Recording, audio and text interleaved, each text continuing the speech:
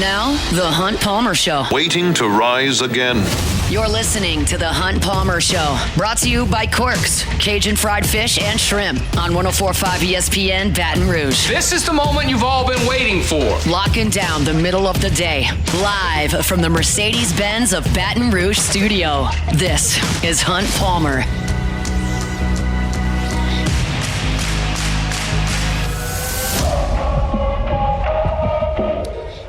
Hour two, final hour of the week. Hunt Palmer Show on a Friday, brought to you by Corks, Cajun fried fish and shrimp. Got some baseball to talk here at the bottom of the hour. Game one of Super Regional Weekend is in the books. North Carolina 18, Arizona 2. So North Carolina, one win away up in Chapel Hill from a second consecutive trip up to Omaha. We'll talk some more baseball moving forward, but we got to talk some football now with Preston Guy. TigerBait.com. He's with us on Fridays. Preston, how are you? I'm doing very good. I've got my stepfather's half of the family all talking trash to me this week as they are all West Virginia alums, and I've got my tickets secured Sunday night. And I just want to say, if we roll out Monday and it is not Case and Evans, I will be very disappointed. Well, they got to figure out when to use him. They have to use him to win one of the first two games, so we'll see. Well, hear me out. If you drop one of the first ones, don't use, like, if you drop game one, save them because you need them game three. But if it's to go out there and secure a win, you might not need game three. So that's understandable. But I do think he's your number three starter. I mean, what he just did last week was heroic. I just want to give him a shout out. But we can transition into gridiron now if you need to. Big shout out, Case and Evans. That was monumental Herculean work there on Monday evening. Yeah, let's talk a little bit of football. We're in the middle of camp season, a visit season. But the class right now for 2026, which all signs in December of 2025, is light on numbers. Are you concerned about that at all? No, because this is when it picks up. You know, last weekend was their first big weekend of official visitors. Now, a little concerning that they didn't pick up anything last week with all the big-name guys and all the, frankly, the wonderful words that me and the Tiger Bait crew heard from these guys from their camp. I was a little disappointed to see that, you know, there wasn't anything pop off last weekend. However, they have a very strong class, a very top-heavy class right now, and in 8 weeks, it's going to look a lot different. And that, you know, that really is going to continue this weekend with more official visits. And, oh, boy, a ton of 7-on-7 talent will be on campus tomorrow. So, you know, and I'll be out there, and we'll be seeing who's there. So my only guess is that a lot more guys are getting more organized, and they're not wanting to make an early decision just because they get, you know, one offer that they like or whatever. You know, they're trying to be more organized and see what cards they're dealt, especially with this, you know, the NIL landscape of everything. You know, now they can get money on the table. They're just trying to be a little more organized. But no, I'm not too worried. In 8 weeks, if we're sitting where we're at, I'll be a little worried. You mentioned last week being a huge weekend of high-name visitors. Like, is there one of those guys you feel best about, whether it's Bo Bentley at quarterback, whether it's Emmanuel Iheanacho at offensive line, maybe Zayden Crimpin at offensive line? I know they were some big names on campus. Is there one that you kind of got eyes on over the next couple of weeks? All right, let me ask you, we're talking in terms of good that they're going to get them or good that they need to get them? That they're going to get them. Yeah. Man, I really like the Deuce Gerald's kid. I actually had a chance to talk to him out of Sewanee, Georgia. He's a defensive lineman. I like their odds with him, although he is going to be calm and take more official visits and let things play. I think that's a kid who I think LSU's got a really, really good chance at. In terms of, let me go ahead and address need. Bo Bentley, that quarterback. Yep.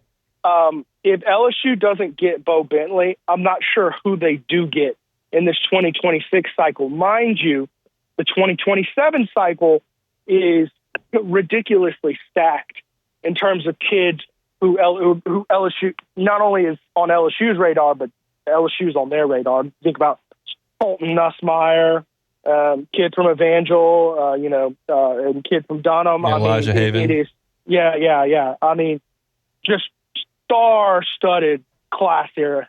Peyton Houston, it's just a big class next year. So you have to wonder, okay, if you remember the class before Leonard Fournette, they didn't take a running back, right?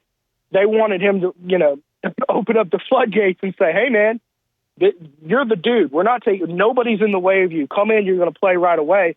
Maybe if you can't get a stud quarterback like a top 10 guy like Bo Bentley, maybe you don't want to take a 3-star guy who is going to scare off, next year's whoever. Maybe there's an advantage to say, hey, look, we didn't take a guy. I don't know. That does go against my personal philosophy. I think every single recruiting class you sign, you should be able to field a football team with. I understand in the portal era, that's a little, it's changed a little bit. Of course, they didn't sign a quarterback out of the freshman class last year, but they did bring in Michael Van Buren. That'd be interesting if you go back-to-back years without signing a quarterback out of the freshman class. That I can't tell you the last time I saw that.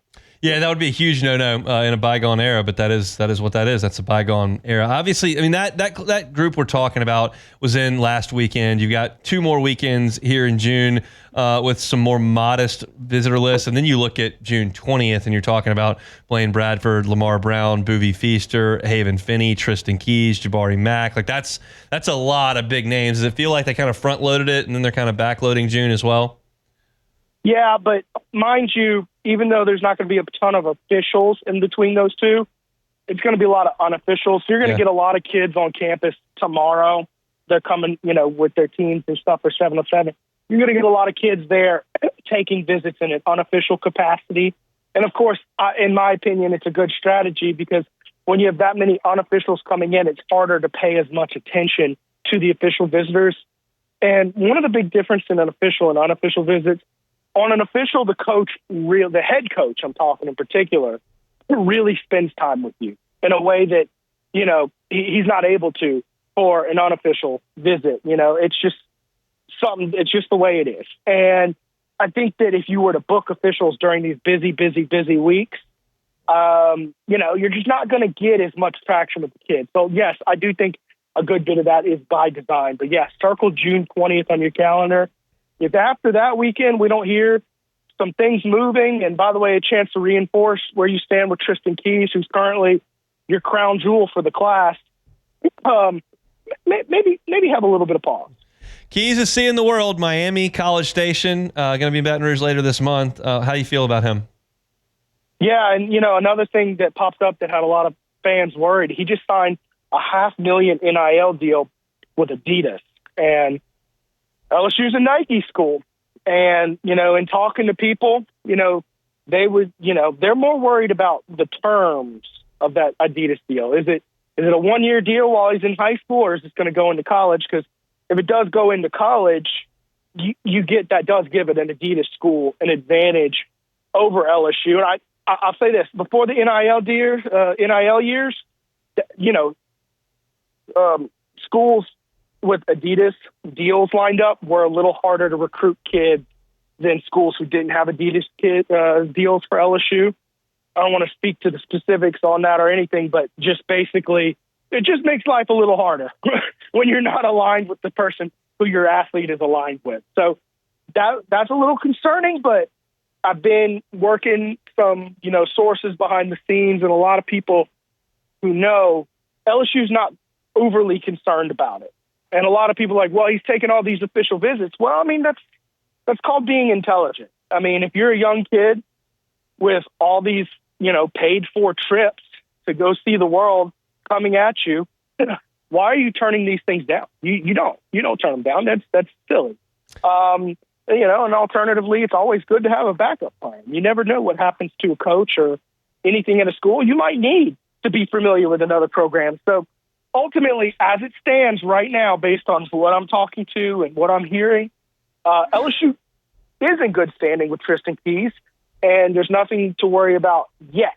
Now, this is recruiting in the NIL era. I'm never going to be more than 90% on any kid ever again. So, just always throw that caveat when talking about recruits.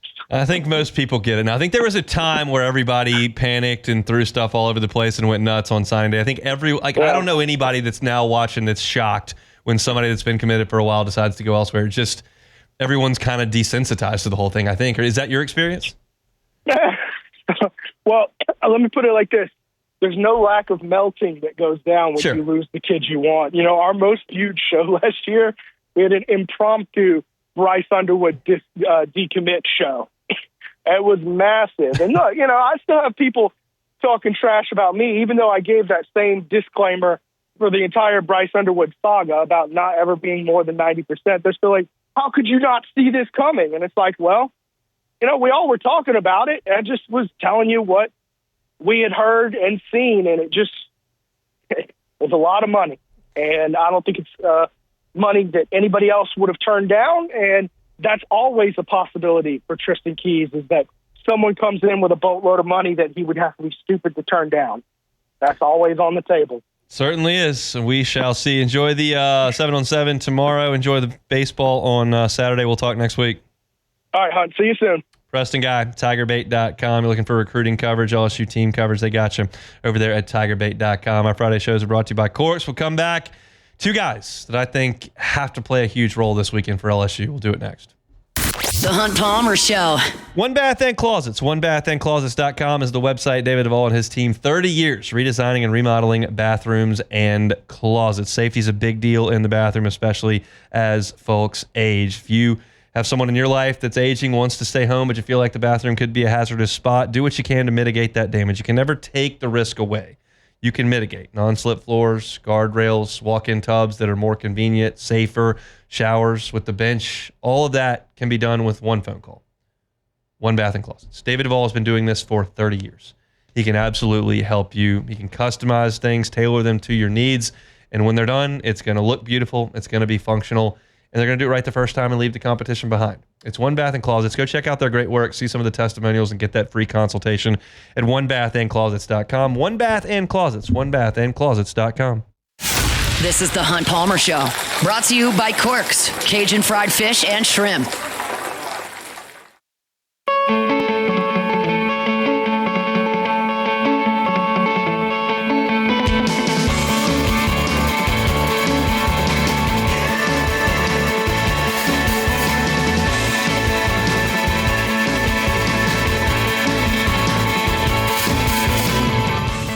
All right, fired up for Super Regional action at the box. That's how it should be. I sit there in the fall, October, and watch them practice and scrimmage, and it's quiet in there, and just kind of enjoying watching the game while I'm taking some notes. But I think about it all the time while I'm there in October, and it's quiet, and there's only 100 people in the seats, and it's some players' families, and it's some fans, some scouts, and they're playing, and there's country music. I go, this place is so awesome in June when it's full. And it's not full all year. And it's going to be full this weekend. And certainly on Sunday at 5 o'clock, it'll be packed to the gills, no matter if LSU wins on Saturday or not. And that's an awesome, awesome thing that I just can't wait to see. Now, I've got a couple of guys that I just think have to play a big role in this game, in this weekend, I should say. Now, I can paint you a picture where Anderson throws 8 shutout on Saturday and Ianson throws 8 shutout on Sunday, and the lineup scores 8 both days, and LSU just kicks their teeth in. Like, that is a plausible scenario. It's improbable, in my opinion. It's that the LSU offense hasn't been that consistent all year. That's asking for near perfection from your two guys. It's just rarely that easy. It's possible. I think it's improbable. What I think is most likely is that you play fairly low-scoring games, because I think West Virginia's 2 pitchers are pretty good. And so I think it's likely, to me, that Cade Anderson exits somewhere between 6 2/3 and 8 1/3, and it's a 2 or 3 run game, one way or another. And I think it's the same on Sunday. And at some point, Kason Evans is going to be called upon. Now, how he feels and what he looks like, we'll see. He's been a little bit of a mixed bag in terms of his role and his performance the last month. But those 3 guys can't do everything. And so at some point over the next 2 days, Chase Shores and Zach Cowan are going to get the baseball. And I have seen both of those two dudes look awesome. It can happen. Zach Cowan in a huge spot in a tie game against Arkansas at the box shut them out for 3 innings.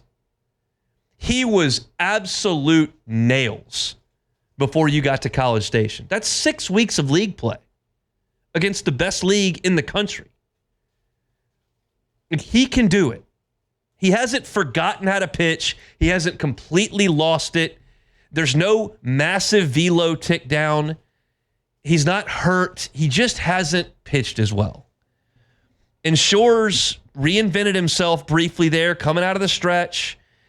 And the ball's coming out of his hand at 100 miles an hour. And the guy that you saw in Hoover, the guy that you saw in Columbia, South Carolina, like that guy is still there. That was 3 weeks ago. That was 2 weeks ago.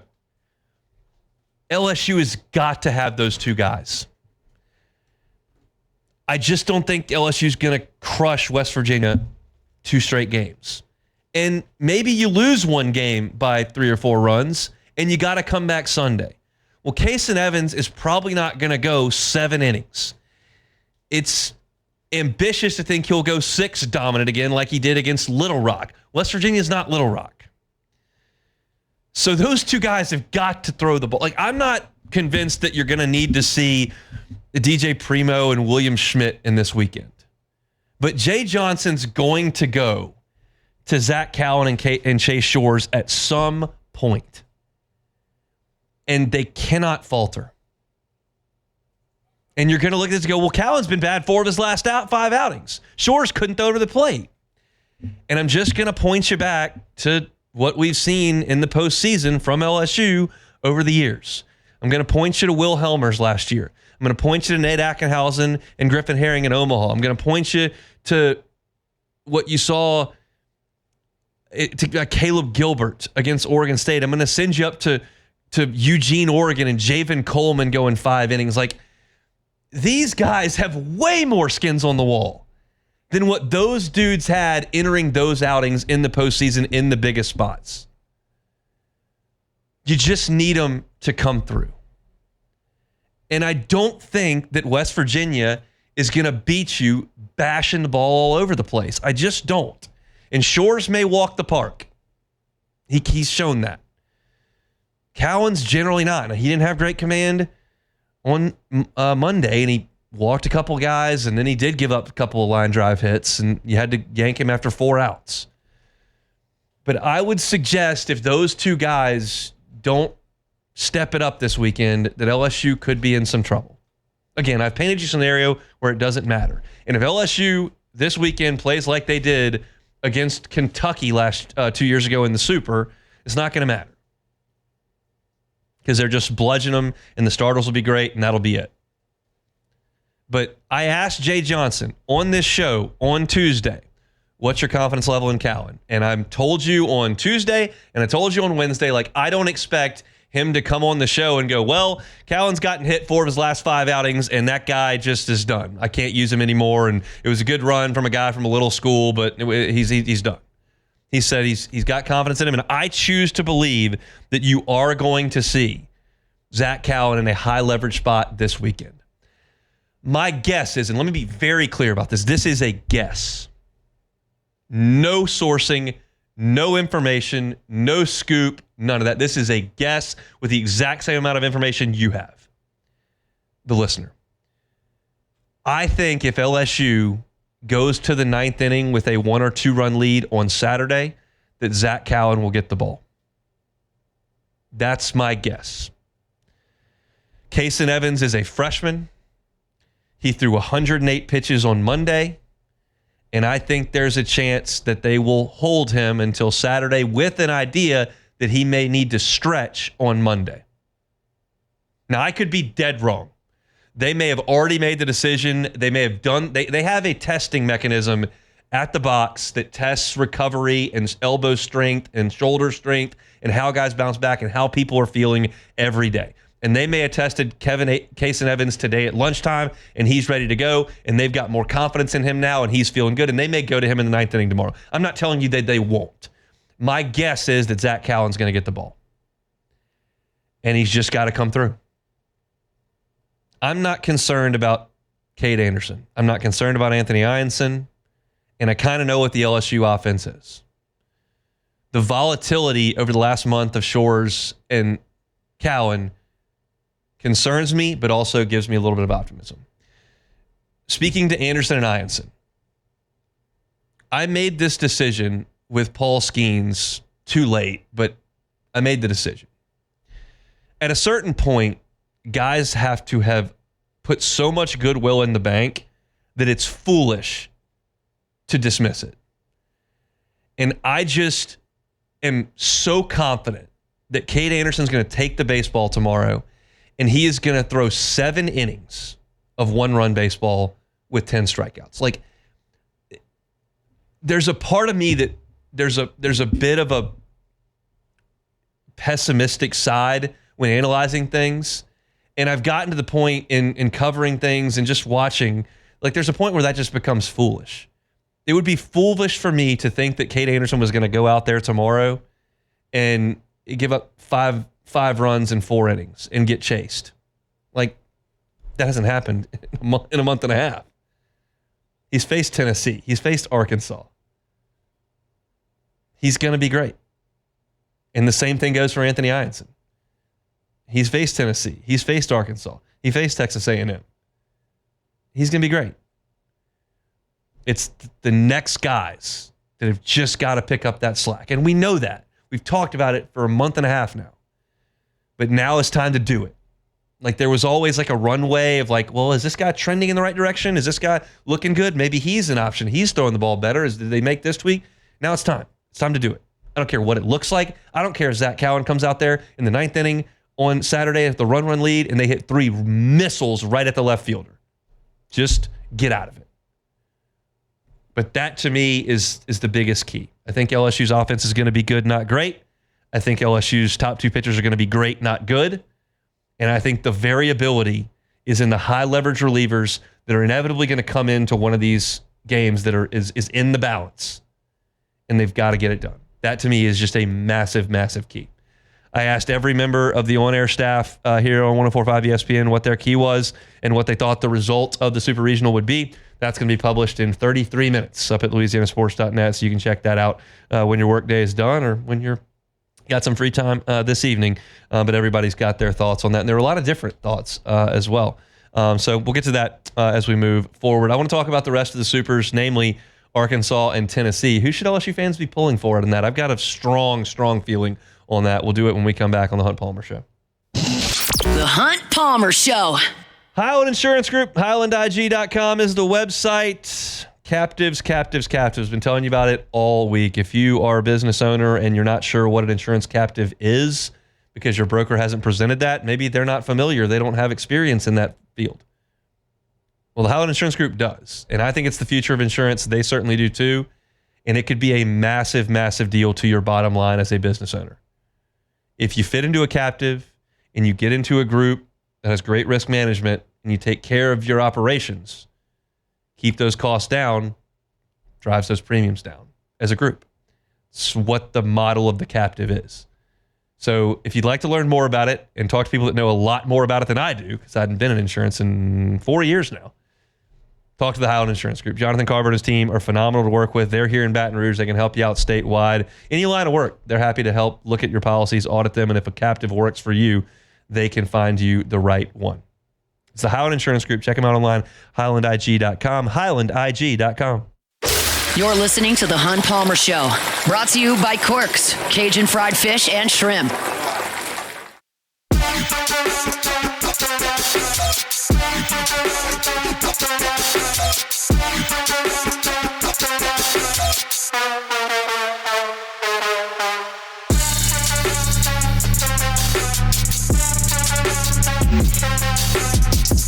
All right, half an hour to go here on this Friday edition of the Hunt Palmer Show. Appreciate y'all for hanging out with us here on 104.5 ESPN Baton Rouge. Super regional action. First game is in the books. North Carolina beat Arizona 913-2, something along those lines. 18-2. 18-2 was the final from Chapel Hill. 3 more games to go. I'm most excited for Oregon State, Florida State this evening, and then you'll see Auburn and Coastal from the Plains late night tonight at 8 o'clock. But I wanted to talk about LSU's side of the bracket, which starts tomorrow in super regional play. And specifically Tennessee and Arkansas, because that's the winner is who LSU would get should the Tigers advance to Omaha. And I have a very, very strong feeling about which team I would like to win that game, therefore play LSU in the first game. And I think, to me, it's Arkansas. Here's my reasoning. When I evaluate pitching, and I'm not a scout, and I'm not a general manager, and I'm not a college baseball coach, I'm not a recruiter, I'm just a guy with a microphone. But I like stuff in pitchers. I like velocity. I like spin rate. I like guys that just have nasty stuff. Because I think with college hitters that swing at bad pitches, that can struggle with velocity, I think that you can make more mistakes and get away with it when you've got great stuff. Now, sometimes you've got guys that have incredible stuff that just don't seem to get a lot of outs. Like Chase Shores for the first half of this year was throwing 98 miles an hour, and SEC teams were hitting 305 against him. But I err on that side. And to me, if LSU wins this super regional and goes to Omaha, I just don't want to look at Liam Doyle. Like, that's the one guy in the nation I don't want to face. Jamie Arnold's a close second. He's on the other side. But Zach Root's good. He pitched great against LSU in Baton Rouge. LSU got to the Arkansas bullpen and won that game. But he's really good. I just would rather face him. If I had the choice, I'd rather face Root than Doyle. Now, Liam Doyle pitched against Arkansas a month ago. And Arkansas won that game, and they tattooed Liam Doyle like he has not been hit since last year against Ole Miss.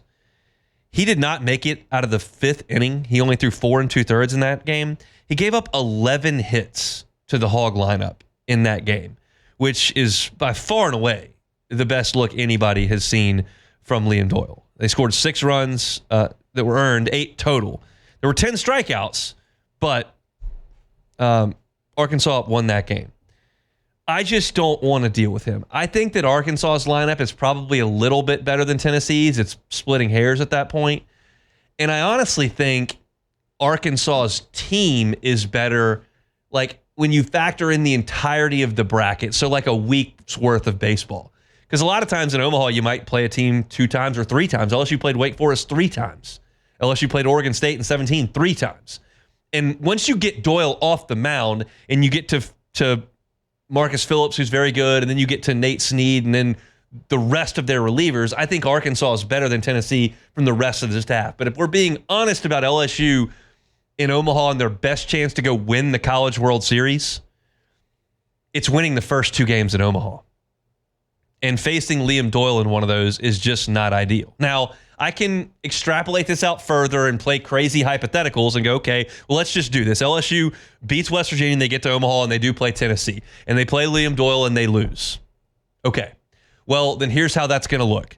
They're going to have to come back the next day and beat UTSA or Duke or somebody like that with Anthony Ianson.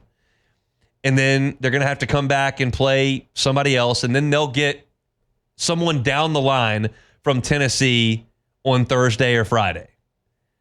And on Thursday. And then they'll have to come back and beat Doyle on Friday in Omaha. That's how that would you're gonna have to, if Tennessee gets there and Tennessee gets into the winner's bracket, you're gonna have to beat Liam Doyle 1 of 2 times. With Arkansas, I'm not as concerned with the opening game. And if I win that opening game, then Arkansas is gonna and if I can win that game against Arkansas with Cade Anderson on the mound, then Arkansas is theoretically going to have to come beat me twice down the line, and I get to throw Anderson in one of those games. So that's a lot of hypothetical, and it's a lot of moving parts, and it's very wishful thinking that LSU is just going to cruise. But it's not hard to extrapolate next Saturday. And next Saturday is either Cade Anderson against Zach Root in Arkansas or Liam Doyle in Tennessee, and I would just rather play Arkansas. That's my feeling on the matter. Now, how do I think the Super Regional goes between those two teams with the understanding that Liam Doyle's already got knocked around a little bit in Fayetteville just a month ago? I think Tennessee's going to win the series. And I think Tennessee's going to win the series because I think Liam Doyle's going to win tomorrow. Now, I asked yesterday Joe Healy who he thought Tennessee would pitch on Saturday because Doyle threw Friday and then came back on Monday and went 2 1/3 inning. He came in the 7th inning of that game on Monday against Wake Forest. And keep in mind, Tony Vitello is maniacal about staying in order. I thought it was a massive mistake on Tony Vitello's part in 2023 when they opened with Paul Skeens and LSU in Omaha on Saturday night, and he went out there and threw Andrew Lindsey instead of Chase Dolander. I thought that was nuts. But Andrew Lindsey had been pitching on Fridays, and he pitched on Fridays when Stolander lost his spot in the weekend rotation late in the season, and then he pitched on Friday in the regional, and then he pitched on Friday in the Super, so he pitched on Friday in the first game in Omaha. I thought that was nuts. But it's what he does, and that's why he threw Liam Doyle in the first game against Miami of Ohio in the regional, and I thought that was nuts. But now, does his hand get forced because Doyle pitched on Monday that you're just going to hold him until Sunday? I don't know. The general wisdom would be that would be Doyle's bullpen session on Monday and that he's ready to go in game 1 on Saturday. I've told you this a little bit, and I kind of liked it when LSU went to Columbia, South Carolina, and needed to get one. Even though they lost that first one, I felt pretty good because Anderson and Ianson were coming up. I feel like if Tennessee goes out there and doesn't throw Doyle in the first game against Root, even if they win, then you got Doyle going to go to Omaha. If you lose, well, we got Doyle going. I kind of like that mental deal, but that's just not how Vitello rules. And I think Tony Vitello is going to go with Liam Doyle against Zach Root on Saturday, and that will be appointment television. I just cannot wait to see what that environment looks like. LSU will have their own hands full at 1 o'clock. I haven't looked at that game time, to be quite honest with you. I've got it right here. So that's right after LSU. LSU will play West Virginia at 1, and Tennessee and Arkansas are exactly 3 hours later at 4 o'clock. So if LSU can wrap things up in 2 hours and 50 minutes, and I can go down and watch a post-game press conference and type my story up, I can be seated at home for the top of the third in that game, and that would be completely ideal for me. But I think, my personal opinion, I would rather play Arkansas and Omaha than Tennessee because I think Liam Doyle is the toughest matchup as a starting pitcher in the field right now. So the rest of LSU's bracket, because I gave you picks in the other bracket, UTSA looked great last weekend. They've got legit stuff on the mound, a lot of 94s for the Roadrunners, and they hit for 3 days in Austin. So this may be unfair. I've lost faith in West Coast baseball, probably outside of Oregon State, and UCLA very much falls into that. Really nice run in the Big Ten, 45-16 record, number 15 national seed. All that's well and dandy. I think UTSA goes there and wins in 3 games. Give me the Roadrunners there. And then the other one is Duke and Murray State. Maybe a little drama in Duke under the surface. There's a chance that Pollard, their head coach, has done such a great job there, might jump for Virginia. That's kind of been the scuttlebutt. They have potentially their top 2 hitters out in the first game, a suspension and an injury. And Murray State played great in Oxford. Like, it takes a lot if you're Murray State to first they beat Ole Miss on Friday. Then they came back and won the winner's bracket game against Georgia Tech on Saturday. And then they got beat on Sunday by Ole Miss. You had to come back into the snake pit in Oxford and handle business on a Monday. And they did it. They were awesome. So they're playing great. All that said, I'll take Duke. I think their offense is better. They don't have great pitching. They have a lot of different options out of the bullpen. The pitching's not great, but they showed up last weekend in Athens and got it done. So I will take, on LSU's side of the bracket, Duke in 2 games. I'll take UTSA in 3 games. I will take Tennessee in 2 games in Fayetteville. I think the Vols sweep that Super. My thoughts. I'll give you my final thoughts on LSU and West Virginia when we come back on the Hunt Palmer Show. The Hunt Palmer Show. Genesis of Baton Rouge, genesisofbatonrouge.com is that website. Every car that's on the lot is online at genesisofbatonrouge.com. I love telling you about the people that work for Genesis of Baton Rouge. I think that's so important. They take it very seriously. And when you walk on to the lot, you're not going to be rushed or pressured. You're not going to be upsold or be sold a bill of goods that they don't have access to. You're going to be treated like a guest. That's important to them at Genesis of Baton Rouge. And that's not just your first time on the lot. That's from the sale, through the service, through the life of your ownership of that vehicle. That's why they want you to come back. That's why they give you a 10-year, 100,000-mile warranty to come back and handle that service. That's why they give you 3 years of complimentary valet maintenance, where they'll come to you and take your car back to the dealership and get it serviced and leave you with a vehicle while that's being done and then bring yours back. They take their customer service incredibly seriously at Genesis of Baton Rouge. And that's why it's a wonderful place to go buy a car and to be a driver, because you're going to be back for the maintenance. It's Genesis of Baton Rouge. Start your process online at genesisofbatonrouge.com. Go by and see them, like I said, airline at Piku. Wonderful people, incredible line of vehicles. If you have not been by or been behind the wheel of a Genesis, I just could not recommend more strongly enough getting by and seeing my friends at Genesis of Baton Rouge. You can find them online, genesisofbatonrouge.com. This is the Hunt Palmer Show, brought to you by Corks, Cajun fried fish and shrimp.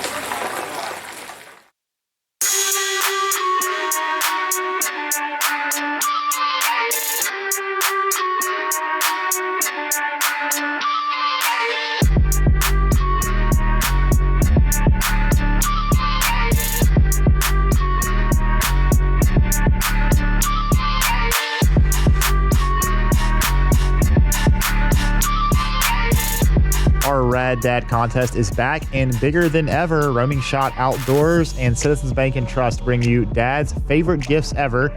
A green egg from Goodwood Hardware, a steak pack from Chris's Specialty Foods, Manly Soap from Hawk Soap, and a hunting class for 2 from Roaming Shot Outdoors.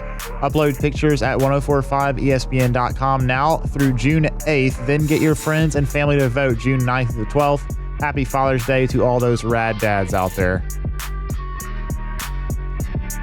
All right, announcement from the box. West Virginia head coach confirming that Griffin Kern, left-hander, will get the baseball tomorrow. I don't know that was much of a discussion. Kern did pitch twice in the regional. He pitched on Friday and then came back and closed things out on Sunday, but that's 6 full days of rest, and he's clearly been their best pitcher all year, so it's no surprise at all that Kern will take the baseball in the game tomorrow. We talked about it for the last couple of days. He's a workhorse. He's tough as nails. He's got average stuff, but it plays up because of his herky-jerky wind-up and his bulldog mentality, to use a cliche. And he's been really, really good or solid in every outing. He's not had a bad outing all year.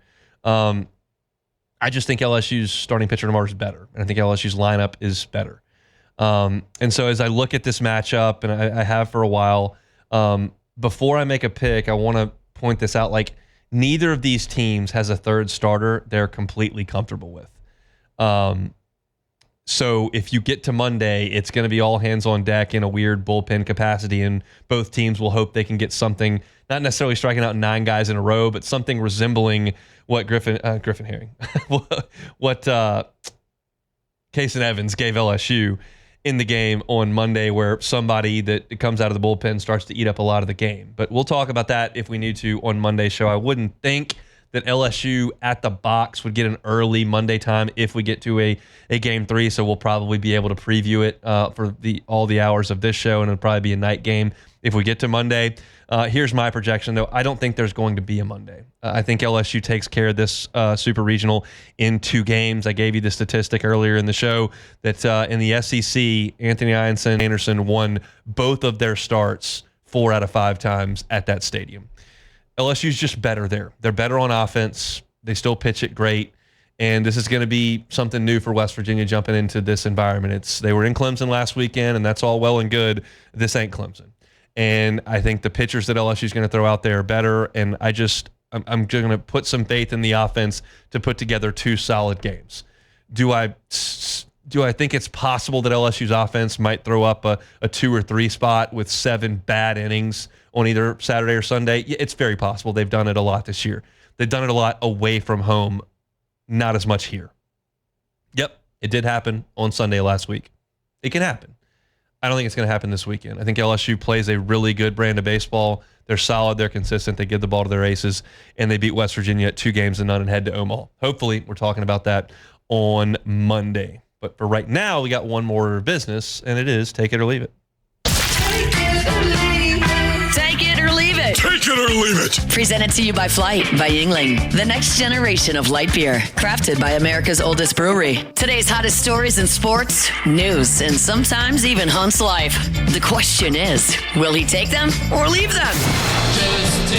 Shout out to the folks at Flight by Yingling. They bring you Take It or Leave It every single day. If you were watching the show on YouTube today, you notice I got a cool bucket with all these cold beers in it. And we appreciate them for dropping all of that by. Big shout out to Justin Gilberti, one of the managers over there at Preston Crown. Appreciate all of his hard work here in South Louisiana. And hey, if you want a summer beer down here in South Louisiana for tailgating, for golf, for fishing, for after you cut the yard, for the pool, Flight by Yingling. You're talking about 2.6 carbs, 95 calories, cold, crisp, refreshing light beer, the next generation of light beer. It is Flight by Yingling. All righty, first one here.